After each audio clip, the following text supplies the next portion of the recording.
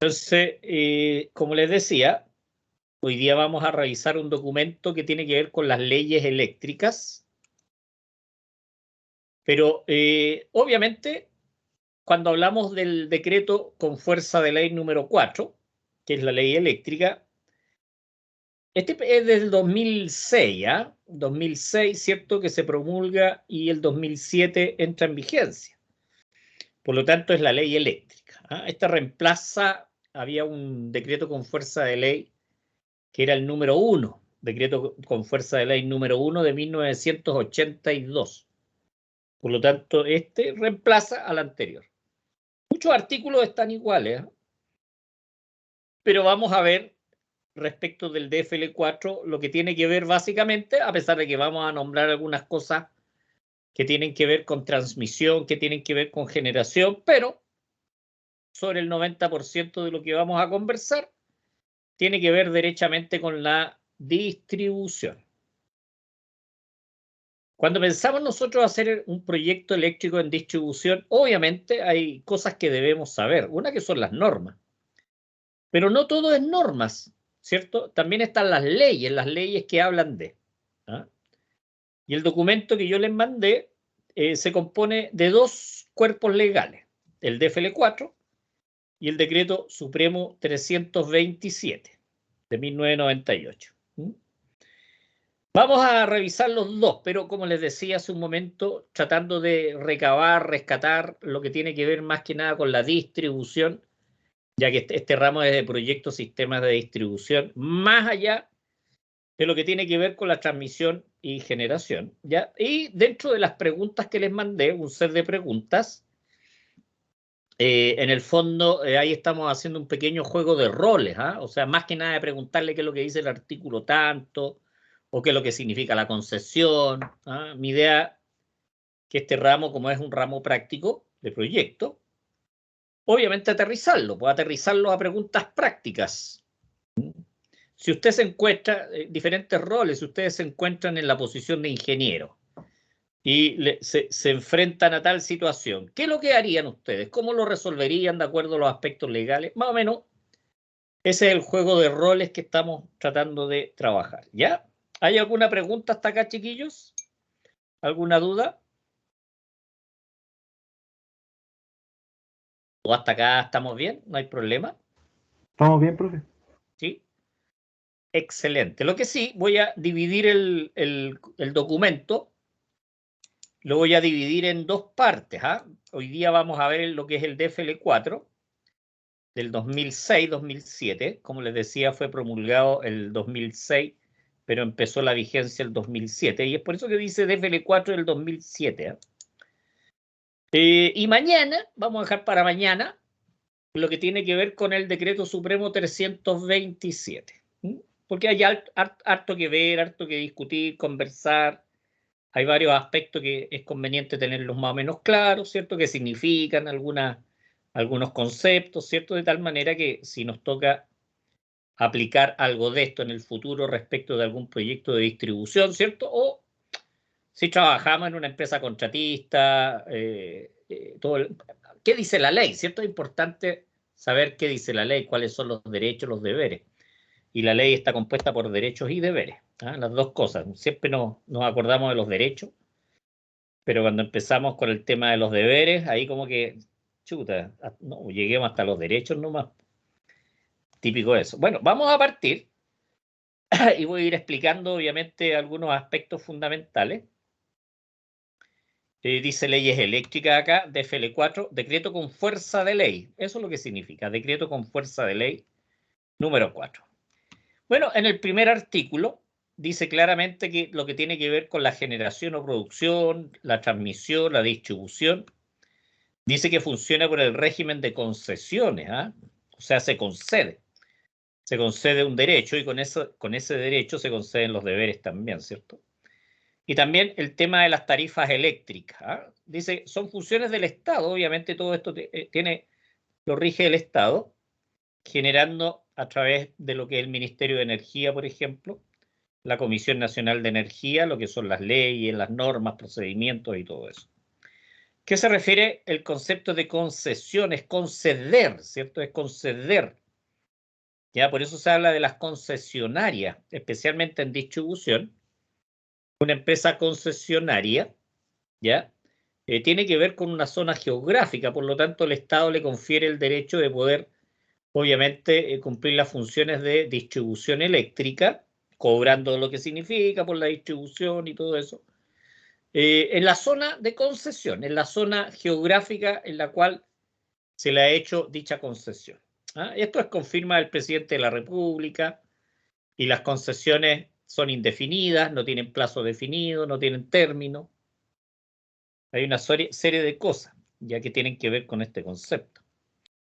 ¿Cuáles son los aspectos que están comprendidos en la ley respecto de las concesiones? Dice sirven para establecer, acá dice, centrales hidráulicas, productoras de energía. Dice, aquí habla del código de aguas también, cuando obviamente la generación tiene que ver con hidráulica. Hay leyes que tienen que ver con el código y la disposición y el uso de las aguas. ¿Ah? Endesa, por ejemplo, tiene bastante disposición. Se supone que esto lo van a cambiar en la nueva constitución. Vamos a ver qué es lo que nace de eso.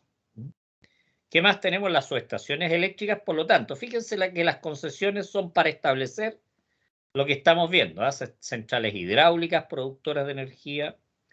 Tiene que ver con subestaciones eléctricas y líneas de transporte. ¿Ah? Líneas de transporte.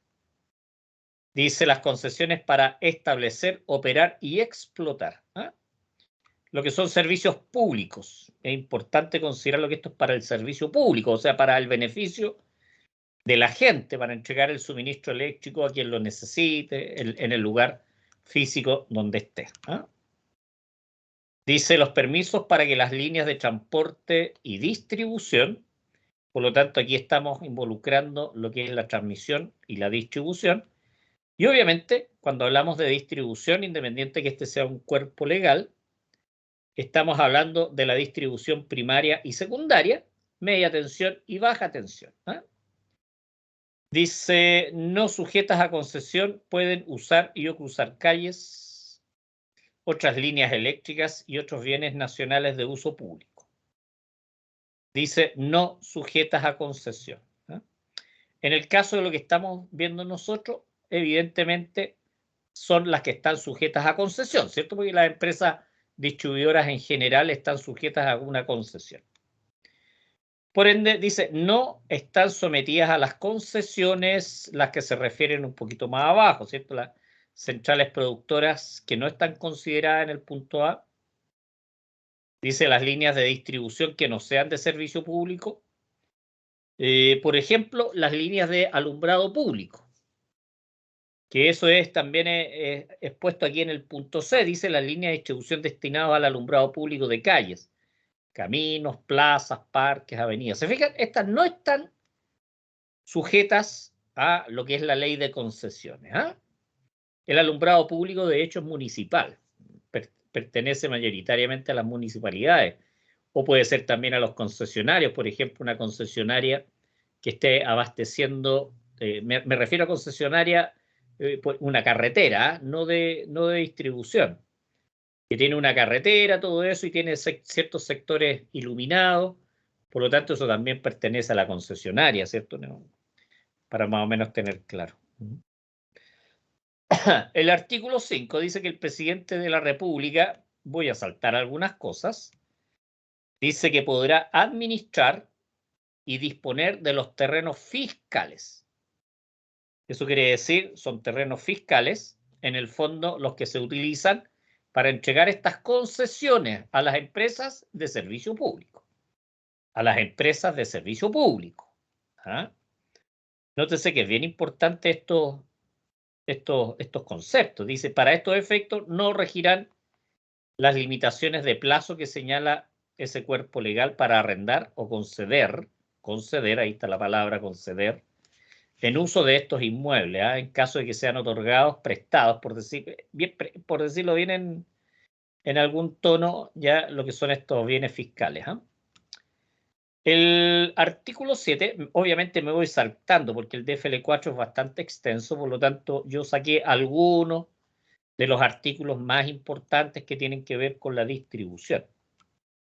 Y aquí define lo que es servicio público eléctrico.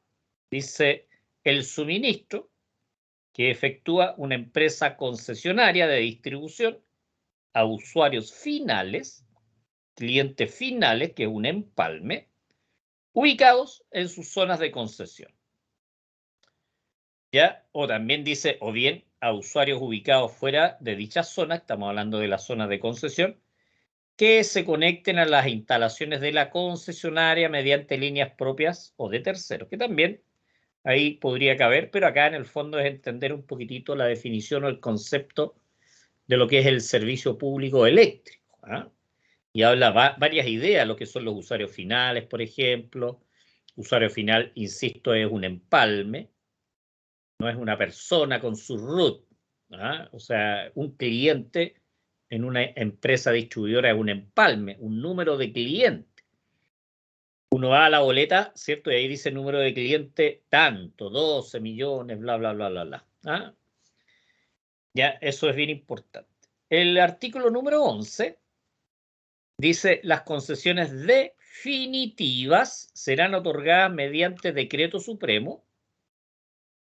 Aquí habla del Ministerio de Economía, Fomento y Reconstrucción, pero hace 10 años aproximadamente surgió el Ministerio de Energía. Por lo tanto, el Ministerio de Energía pasó a suplir todas las funciones que tenía el Ministerio de Economía, Fomento y Reconstrucción. ¿Ah? Por lo tanto, aquí ya, obviamente, en los futuros documentos va a decir Ministerio de Energía. Dice, por orden del presidente de la República, por lo tanto, las concesiones son otorgadas mediante un decreto supremo, preparado, ¿cierto?, por el Ministerio de Energía y por orden y firma del presidente de la República, sea quien esté en funciones. ¿Ah? Por lo tanto, la ley le está otorgando, ¿cierto?, este beneficio al presidente de la República para que pueda firmar estas concesiones que son preparadas mediante un decreto supremo. Si de repente hay alguna consulta, chiquillos, por favor, ustedes se sienten con la libertad de preguntar. ¿Eh? Sigamos viendo, el artículo 16 también es dentro de los importantes que tienen que ver con los proyectos de distribución. Lo vamos a leer, dice, las concesiones de servicio público de distribución otorgan el derecho, fíjense, otorgan el derecho a usar los bienes nacionales de uso público para atender líneas aéreas y subterráneas destinadas a la distribución en la zona de concesión. Y esto es bien importante, porque el derecho de usar los bienes nacionales de uso público no lo dan las municipalidades. El derecho de usar los bienes nacionales de uso público, ya sean calles, plazas, ríos, avenidas, parques, todo eso, esos son los bienes nacionales de uso público. Este derecho lo está otorgando la ley, el DFL 4, que está por sobre cualquier decreto municipal. ¿Ya? Yo tenía serios problemas de repente con las municipalidades. Yo estaba a cargo un buen tiempo de los permisos municipales y muchas veces no me los querían dar, permiso municipal, para poder trabajar, para instalar postes. Entonces yo daba la orden de que el trabajo se hiciera igual. Entonces llegaban las multas, los contratistas me entregaban las multas a mí y yo se las entregaba al grupo de abogados de Chile en ese tiempo. Y obviamente, en base a este artículo, el artículo 16, ganábamos, ¿cierto? Ganábamos todos los juicios. Por lo tanto, las municipalidades tenían claro, yo les decía, oye, pero aquí me van una, denme los permisos, y la otra, bueno, si van a cobrar, cobren, yo se los pago. Pero si no me quieren dar los permisos, yo voy a trabajar igual. Obviamente, siguiendo las directrices de las municipalidades en cuanto a los horarios, los ruidos, el acopio de materiales, escombros y todo eso.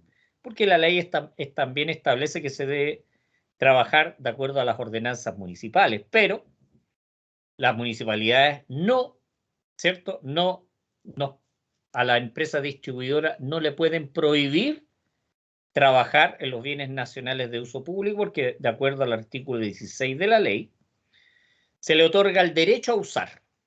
Por lo tanto, las municipalidades no tienen el derecho a prohibir. ¿ya? Porque las leyes están por sobre los decretos municipales. ¿Ah? Eso es bien importante y por eso me he extendido un poquitito en el concepto. ¿Ah? El ¿Profe? artículo 55, que también ¿Profe? está muy... Sí, dime nomás.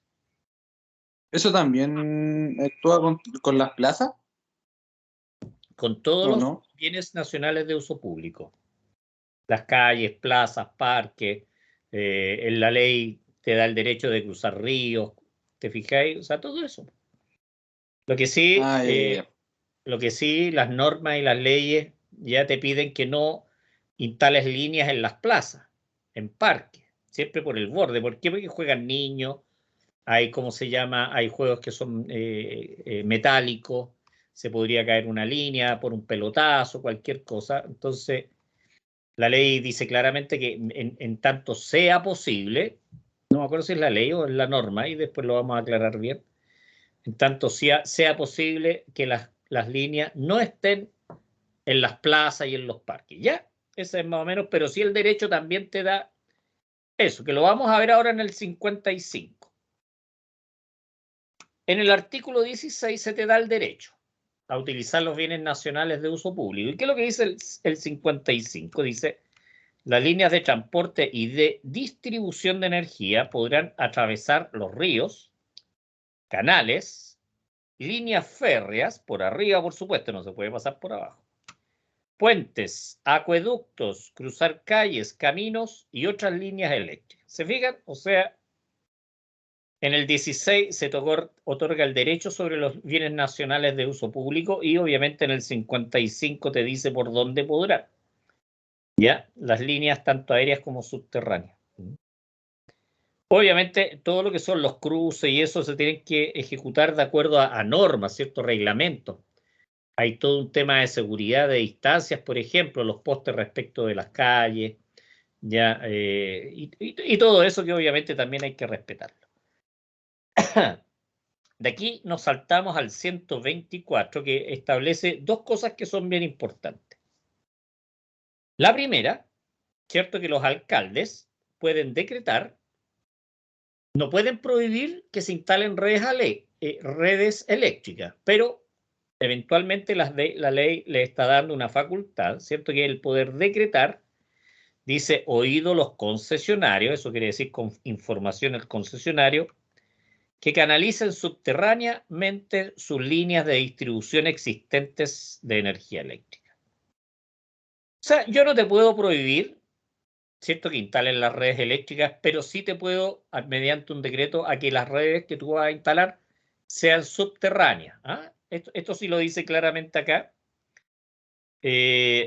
Ahora, ustedes saben, ¿cierto?, en Providencia, podríamos hablar también de la comuna de Santiago, Las Condes, Lo Barnechea, Vitacura, bueno, muchas comunas tienen por decreto establecido varias zonas que son únicas y exclusivamente subterráneas. Por lo tanto, si bien es cierto yo tenía que construir y todo eso, obviamente yo acataba estos decretos, o sea, yo tenía claro cuáles eran las calles por las cuales yo no podía hacer un proyecto aéreo.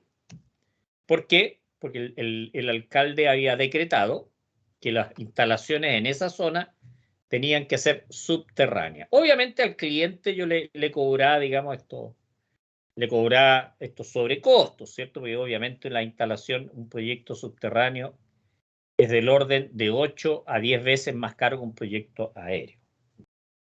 Se fijan, por lo tanto, ahí tenemos una facultad importante para los alcaldes, ¿ya?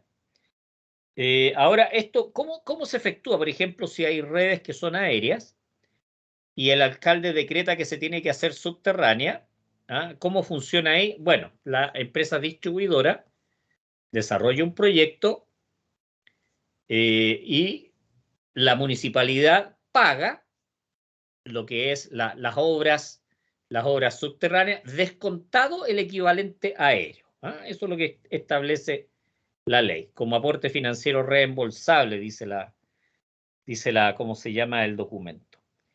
Hay otro, acá en la segunda parte dice si el Estado, las municipalidades o algún organismo público van a hacer algún trabajo de rectificación vial Supónganse que hay que trasladar postes o hay que rebajar las cámaras o cualquier cosa. El costo de esto que se tiene que pagar, ¿cierto? Si hay que rectificar y hay que hacer algún traslado de red de distribución, es de quien lo solicite. ¿Ah? Si el Ministerio de Obras Públicas, si es la municipalidad, o por ejemplo, si una constructora, ¿cierto? Una constructora está construyendo y va a hacer algunos trabajos en la vía pública que muchas veces las municipalidades le exigen hacer trabajos en las vías públicas. Bueno, todos esos costos de las salidas de vehículos, que hay que trasladar poste y todo eso, es de costo, en ese caso sería de la constructora. Ahí para que vayamos entendiendo los aspectos legales. Dime nomás. Ahí los alcaldes, ¿dónde informan esos decretos que... No, cualquier decreto tiene que ser publicado en el diario oficial. De ahí se podría ver más o menos las calles por las cuales no se podría hacer distribución aérea. Ahora, evidentemente, tú puedes recurrir a la dirección de obras de la municipalidad y ahí obviamente te van a entregar la información, pues si eso es, también se entrega sin ningún problema. ¿Ya? Ya, profe, gracias. Sí, no hay problema. Bueno, yo cuando estaba a cargo de proyectos en Chilectra, y yo tenía que ver justamente con todas estas comunas, yo estaba a cargo de todo lo que era la zona oriente de Santiago, lo que era la parte de proyecto y construcción, y también de lo que era la comuna de Santiago, o sea, las más complicaditas siempre me tiraban a mí el cacho. Y obviamente ahí yo tenía los listados, pues las entrecalles, las cuadras, las manzanas y todo eso, en las cuales obviamente había que hacer todo subterráneo. Si hay alguien que me pidiera un empalme, yo el empalme se lo tenía que dar subterráneo. Habían empalme, todavía me acuerdo que una vez, allá en la calle Alameda, no me acuerdo con qué calle, la verdad. Me pidieron un presupuesto por un empalme, iban a colocar una confitería y tenía que cruzar una calle y toda la cuestión y todo subterráneo. Y me acuerdo que en ese tiempo, estoy hablando de hace unos 20 años atrás, salieron 25 millones de pesos el presupuesto por el empalme. ¿Se fijan? O sea, uno no puede ser negativo, o sea, no les puede decir no se puede. O sea, sí se puede, pero le va a salir tanto. Todavía me acuerdo de ese empalme porque, chuta, un empalme trifásico no era de gran potencia y 25 millones de pesos solamente por las obras civiles y los pagos municipales de la... Imagínense, o sea, había que cruzar un par de calles más o menos anchas y todo eso. Así que no deja de ser, 25 millones para un empalme en baja tensión, estoy hablando de 20 años atrás. Entretenido el mundo de la electricidad. Sigamos viendo. En tiempos de ahora costaría 40. No sé, la verdad es que no tengo idea, pero yo creo que debe haber subido. Ya, vamos con el 125 que tiene que ver con los pagos de aportes financieros reembolsables. Dice, en su zona de concesión las empresas distribuidoras de servicios estarán obligadas... no, este es de la obligatoriedad de dar suministro a quien lo solicite. O sea, las empresas distribuidoras no se pueden negar a dar suministro eléctrico a quien lo solicite. Obviamente, como establece acá, la obligación está en el nivel de tensión de la concesión. O sea, si yo tengo las redes son de 12 kilovolts, las que yo tengo ahí, me piden un empalme, no me lo pueden pedir en 15 o en 23 kilovolts, ¿cierto? Porque yo estoy obligado a dar suministro eléctrico, pero en el nivel de tensión que existe ahí en esa zona. Eso es bien importante también tenerlo muy presente. Vamos con el 126. Dice, cualquier empresa eléctrica podrá exigir a los usuarios de cualquier naturaleza que soliciten un servicio o que quieran hacer un aumento de capacidad, un aumento de potencia, ¿cierto? Aportes de financiamiento reembolsable para la ejecución de las ampliaciones. Esto es por sobre los 10 kilowatts. Esto es bien importante también en el sentido de que si hay un cliente que va a instalar un empalme nuevo, o va a hacer un aumento de capacidad de su empalme, y eso va a requerir que se hagan obras, ¿cierto? Aumento de capacidad de los transformadores, refuerzos de líneas, readecuación y todo eso. Yo le puedo pedir al cliente y dice que podrá exigir, o sea, por lo tanto no es obligatorio, un aporte financiero reembolsable. Bueno, en ese entonces, cuando se pedía, después se dejó de pedir estoy hablando de Enel, Chilectra, se pedía por cada kilowatt de aumento o por cada kilowatt ¿cierto?, de empalme nuevo, ¿ah? Se pedía una cierta cantidad en UF, 5,43 UF, todavía me acuerdo, imagínense, estamos hablando de más de 20 años. Se pedía por cada kilowatt 5,43 UFs que financiara el cliente por el empalme. Obviamente, como es reembolsable, se le reembolsaba en energía o se le reembolsaba en acciones en ese tiempo. Había varios mecanismos de reembolso. ¿Ah? Ese es el artículo 126. Por otro lado, adicionalmente a lo que dice el 126, que es por aumento de la potencia, dice las empresas concesionarias de servicio público de distribución podrán exigir, o sea, no es obligatorio, no es deberán exigir, dice podrán, ¿cierto? Por lo tanto es condicionante, una condición que le corresponde a la concesionaria en el fondo si lo hace o no. Dice, a los que solicitan servicios, aporte de financiamiento reembolso por la extensión de las líneas. ¿Ah?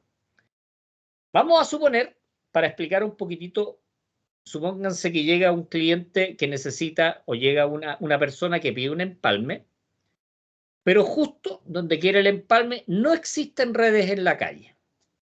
Supongamos una zona rural, se tendría que hacer una extensión de las líneas, ¿cierto? 200 metros, 500 metros, 1 kilómetro. ¿Quién debe financiar esas líneas nuevas? Es el cliente. ¿Ah? El cliente. ¿Y cómo lo puede financiar? De dos maneras que aparecen acá.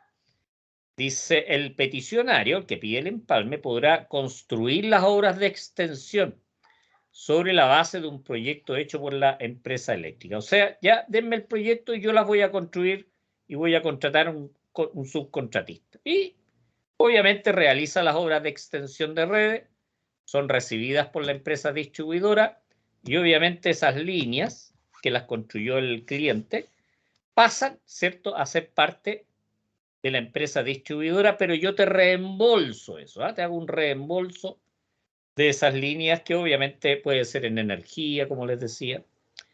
La otra manera es que el peticionario, dice acá, pueda financiar esta obra. O sea, ya perfecto, ¿cuánto me sale? Ya, 15 millones, ya, paga los 15 millones y esos 15 millones después me la hace el reembolso, porque son aportes financieros reembolsables. ¿Ah? Se reembolsa. Esa es más o menos la idea. ¿Ya? Por lo tanto, el aporte que hace el cliente mediante este mecanismo, ¿cierto? Puede ser mediante las obras o en forma económica. Yo me acuerdo que en ese entonces las devoluciones se hacían en energía y potencia hasta por 100 meses. O sea, tú me financiabas la obra y yo durante 100 meses te descontaba el gasto de la boleta de energía. Ahora, si quedaba un remanente, obviamente los 100 meses pasaban a ser 110 meses, 115 meses, hasta que se cumpliera lo que era el pago total del reembolso. ¿Ya? Más o menos. Pero dice podrá, por lo tanto, en este momento yo recuerdo que hace ya unos 20 años, Chilectra en ese entonces dejó de cobrar estos aportes financieros. Me parece que hay empresas que todavía los cobran. El 128 dice, los aportes financieros deberán ser reembolsados por la empresa eléctrica, y esto es importante. Dice, se devolverán a la persona natural o jurídica que haya entregado el aporte, quien haya pagado el empalme, o a la persona que designe, según las estipulaciones que acepte. ¿Y por qué se genera este artículo? Porque muchas veces los instaladores frescolines, mucho instalador frescolín, hacía que se suscribieran las devoluciones a su nombre, no a nombre de quien pagaba. Por ejemplo, el instalador, ¿qué es lo que hacía? El cliente le pedía un empalme de tanto, ya, de 100 kilos. El instalador iba a la empresa distribuidora y pedía un presupuesto. Ya, salían 15 millones.